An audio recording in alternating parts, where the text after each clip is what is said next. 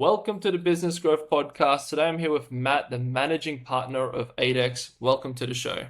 Thank you so much, Leonard. So tell us a little bit more. What do you guys do at ADEX? We help e-commerce CPG businesses scale with more cash and less stress. Basically, we put in financial and operating systems that connect marketing, finance, operations, supply, and the executive team, and then connect all those people to their cash flow and income statement so they make better decisions. All right. And what would you say is one of the main mistakes that you see when you start working with a new business? There's two big ones. One is too much inventory. The other is fixed costs are too high.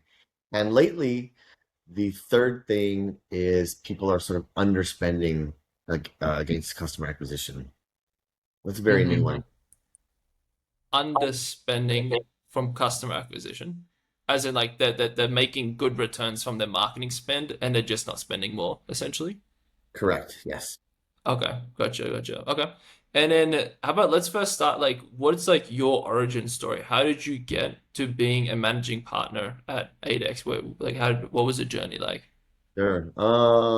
It's circuitous. But I did a whole bunch of things when I was younger. I tried manufacturing, machining. I did some welding, machine operator, and then I went into accounting and finance. And then I actually tried an accounting firm for a year, hated it, and I found my way into a private equity group when I was like 30, roughly. Joined as a VP, became a senior partner. And then at the end of that, I didn't want to be doing corporate anymore. And so I started my business just helping a friend with his e-commerce business. And then I helped his friend and their friend. And then voila, I have a practice now. Nice. And why e-commerce specifically? Was that just one of your friends was doing it Yeah, essentially? it was a total accident. So Okay. this guy I knew was a good friend and a neighbor. And he's like, hey, I Yeah. have this business. Can you help? And I was like, sure. And I helped him. And then he had friends in e-commerce. And it just was very organic. Yeah, nice. Well, it's a pretty good industry to be in. It's just growing more and more, and especially like post like COVID and everything. I actually was in e-commerce myself. I used to Okay. sell on Amazon, so I know a bit about that type of And you stuff. also know how hard it can be too, then yeah, I bet. Oh yeah, like the whole inventory management and everything. I went through that. There was like a stage where the business was growing so quickly, I didn't have enough cash flow coming in, and I had to borrow money from like my parents and my girlfriend at the time to be able to get more inventory, even though I was making a profit on each of stuff. So I know those challenges. And then I know when we previously spoke, one of the big things that you're into is like AI and implementing that. So tell me a little bit more, like what are you doing in terms of like AI at the moment? Yeah, in some ways everything, like or as much as possible. So with our firm, we're doing reporting, we're doing analysis, we're doing bookkeeping, we're doing quality assurance, we're doing marketing, like a ton of stuff, right? For our clients, we're doing things like helping them talk to their data. So connecting their cloud code to Meta, to Google, to Shopify, to Klaviyo, to all their tooling so that they can have conversations with their data. And then when we get comfortable with that, the next thing we're doing is helping them have Claude do real work. So marketing, messaging, reaching out, landing pages, writing copy, all that. Nice. That sounds pretty awesome. And how did you go about like learning how to do these different things? Yeah, I mean, to be very honest with you, it started out with a deep-seated fear that I was going to be replaced if I didn't figure it out. So Yeah. So then over the past 3 years, I subscribed to every AI on the Pro Max plan. So Google, Claude, and OpenAI. Well, not Yeah. everyone. I tried Grok with it too. And I would just try to talk to them as much as I possibly could all day, every day. And in the past 6 months, if you've been keeping up with Anthropic, they've been shipping stuff all the time. Oh yeah. So what I just trying to keep up with what they're shipping. And then our big unlock was creating what's called MCP servers, which is essentially a structured way for Claude to talk to your data without breaking stuff, is the way I see it Mhm. with people. Yeah. And once we figured that out, off to the races. Yeah. Nice. And then I know one of the things as well that you mentioned, you're focusing on like SEO. and you said I think you were getting like 15K impressions on Google and stuff. Can you tell me a little bit more about what was involved with that and improving Yeah. SEO? Yeah. So I had a friend who just said, "Hey, I redesigned my website with Claude Code," and I was like, "Hey, let's give that a shot." Cool. So we did that, and then I don't know how or why I asked this question, but I said, "Well, what do I Claude Code? How do I do SEO now?" And it goes, "Oh, well, you should try this, this, and this." And I was like, "Okay, cool." So I did what it said, and then I went from 200 impressions a day to now we're 24,000 impressions a day. Yeah, Our clicks are awesome. We are ranking in AI searches. But my website is full code. I have full control with Plug Code, full design, full content, everything. yeah, And it's just, now we've connected tooling, so like Ahrefs or SEMrush, the equivalent tooling to our website. And so I just talk to it all the time. What should I do next? What are my competitors doing? How do I do it better? I look at other industry leaders and I go, what are they doing that I'm not doing? And I'm just shipping every day. I'm shipping website. wow, yeah, that must be a pretty big difference going from what was it, you said 200 to about 20K, and that's impressions a day, did you say? Per day impressions. Now, Wow, click-through rate is totally tanked because what happens now is Google AI overview eats up your clicks. And so, but the thing is that I'm ranking in the overview, and when yeah, people search in their own AI on their whatever phones, laptops, I'm ranking in there. yeah, and then yeah, because I know you said you started ranking for yeah when people are searching in AI. How were you able to do that? Is that separate from like SEO on your website? Because I know that that's going to be something that's going to be huge in the future, being able to rank for the LLMs. Yeah, predominantly people think that LLM or GEO is rocket science or different than SEO. It's really the same thing. So if you have good SEO hygiene, you will likely also have good GEO Hmm. as well, basically. Yeah. Yeah, and I imagine that would be like on e-commerce as well. That can have a pretty big impact because most people are going Yeah. to that to get recommendations on what things to buy. This is the thing. So most e-com companies are not doing enough SEO, and because now the cost for doing it is drastically reduced if you can just figure out a couple things for yourself. And so everyone should be pushing on SEO as hard as they possibly can right now. Um, you can be indexing. So Google Search Console, they only accept a few pages from you a day, but most people aren't shipping more than one or two per week. But you should be shipping two things per day, and Google will accept them and start ranking you for them. Okay. And so what would you say was the biggest needle moving thing that Claude told you to do to your website that really helped with like this massive improvement with the SEO? I would say the FAQs. So there's every page on your site should have frequently asked questions and answers, and there's an FAQ schema that it's like machine readable. Humans can't see it. But if you think of your website as just the average page is like a big blob of text, right? Yeah. Humans can't read it, but also AIs can't read it nicely as well. Then when you use FAQ schema, all of a sudden there's a section that the machine can read FAQ question answer. And so it becomes more readable to the machines. And when it's more readable to them, they pick it up faster.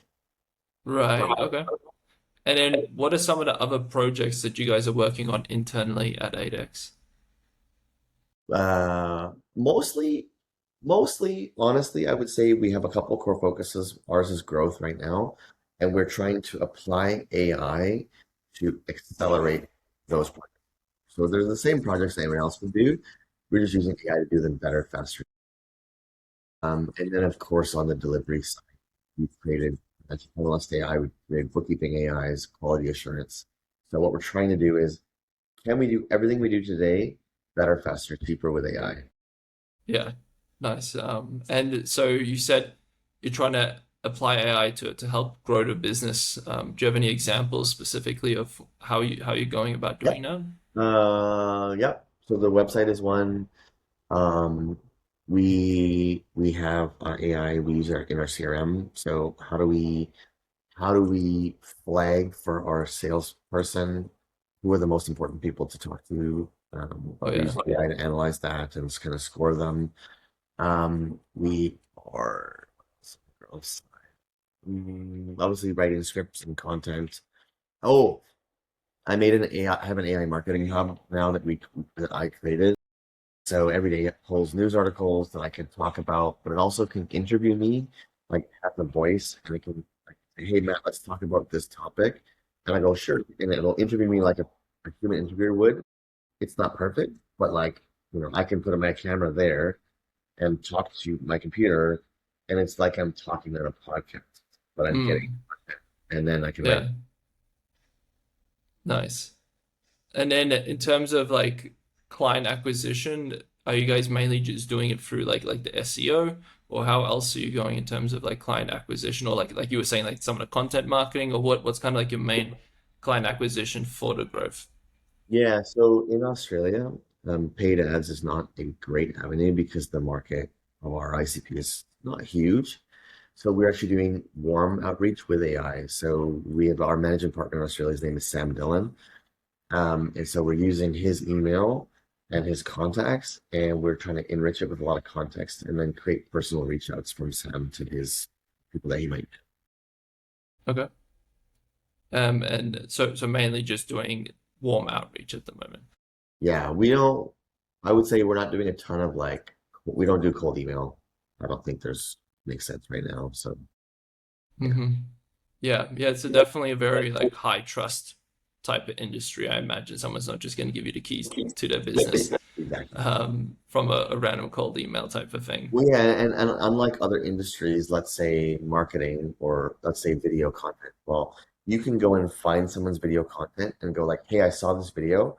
My video that I'm creating for you is twice as good. Here it is. Give me a shot. On the finance side, you can't do that because you can't access their QuickBooks or their Zero. So you can't really demonstrate your value cold. You have to build Hmm. it first. Yeah, nice. Yeah, yeah, that's very true. And then how do you see like the industry changing with all these like developments, especially in AI? Um, People are, it's already, so the sales motion is changed already where people are coming to you with an AI printout of questions that it thinks you can answer for them. People are more knowledgeable than they were before to you. So in general, it's very good for the average client. They have more knowledge and more power than they did before. So it helps them choose better.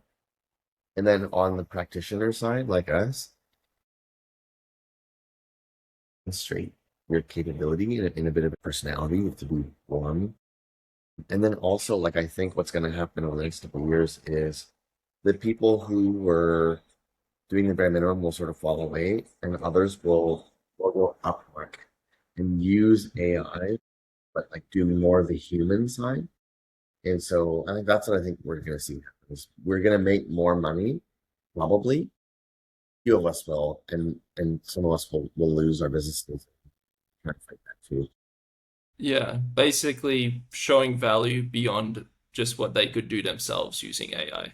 Correct, because there is still, for now, there's still a very big component of, yeah, well, let me step back.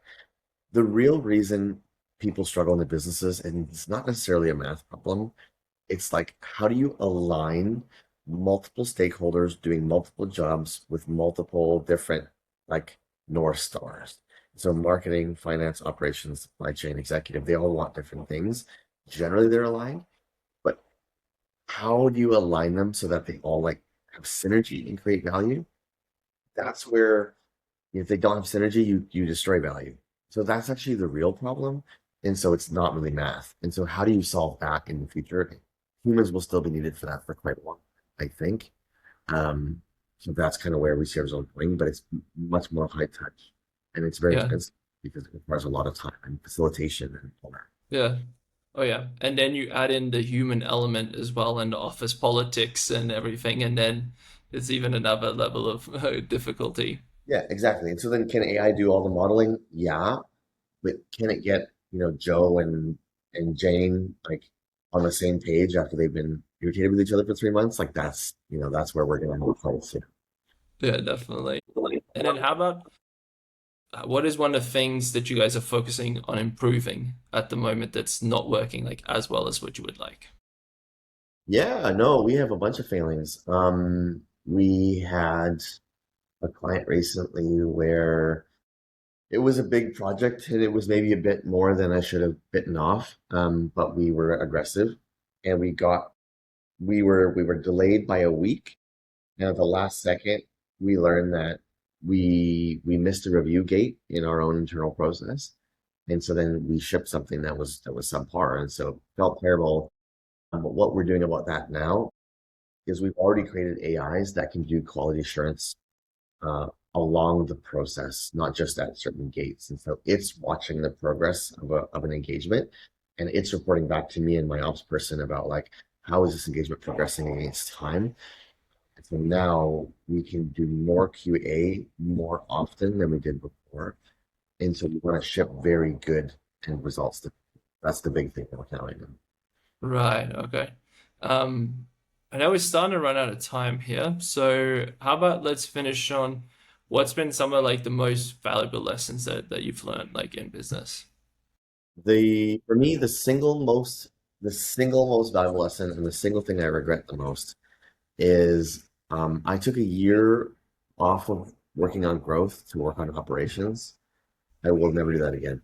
Never, never, never. Because in that year, I had competitors totally leapfrog me.